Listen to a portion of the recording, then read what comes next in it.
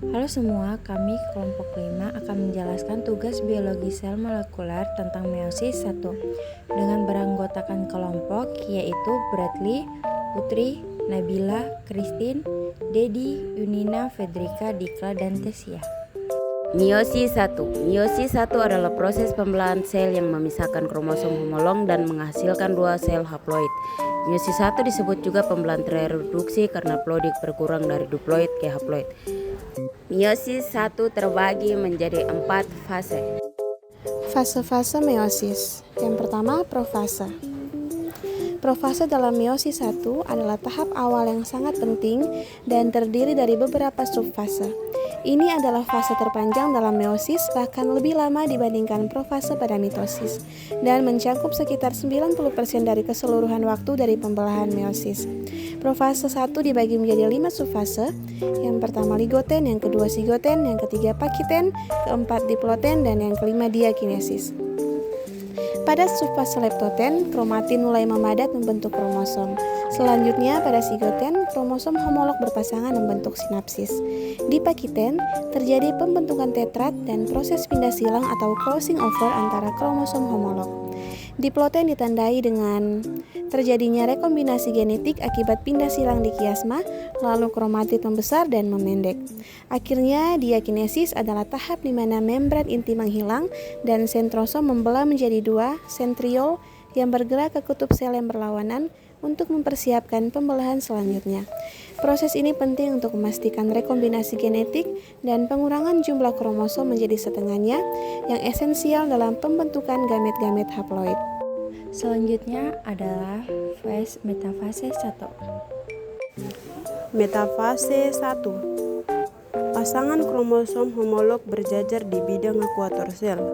Mikrotubulus dari kutub sel yang berlawanan melekat pada sentromer dari setiap kromosom homolog. Berikut ini adalah beberapa hal yang terjadi pada fase metafase 1. Yang pertama, tetrat kromosom berada di bidang ekuator. Yang kedua, benang spindel mikrotubula melekat pada setiap sentromer kromosom. Yang ketiga, ujung benang spindel yang lain membentang melekat di kedua kutub pembelahan yang berlawanan. Yang ketiga, inti tidak tampak lagi.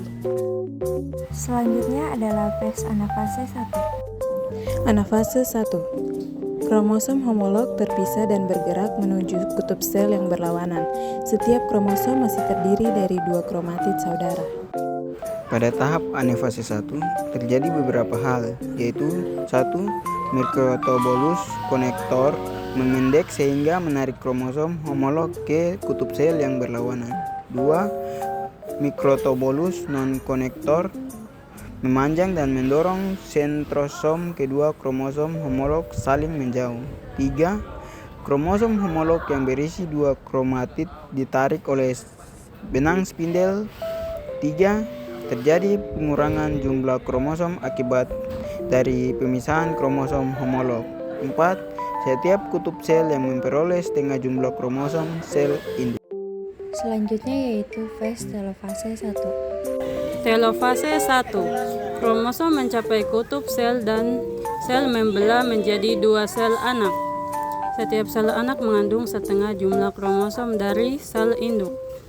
Tetapi setiap kromosom masih terdiri dari dua kromatid saudara yang terhubung di sentromer. Telofase 1 adalah tahap pembelahan sel dalam proses meiosis yang ditandai dengan beberapa hal, yaitu 1. Kromosom berkumpul di atas kutub sel. 2. Terbentuk membran nukleus, lalu terjadi proses sitokinesis. 3. Terbentuk dua sel anak. Setiap sel anak mengandung N kromosom. Pada telofase 1 terjadi pembelahan sel sehingga setiap sel yang pada awalnya mempunyai 4 DNA menjadi 2 DNA saja. Bagian-bagian inti sel juga terbentuk lagi dengan susunan kromosom yang berbeda. Dan berikut poster tentang meiosis 1. Sekian dari kelompok kami. Thanks for watching.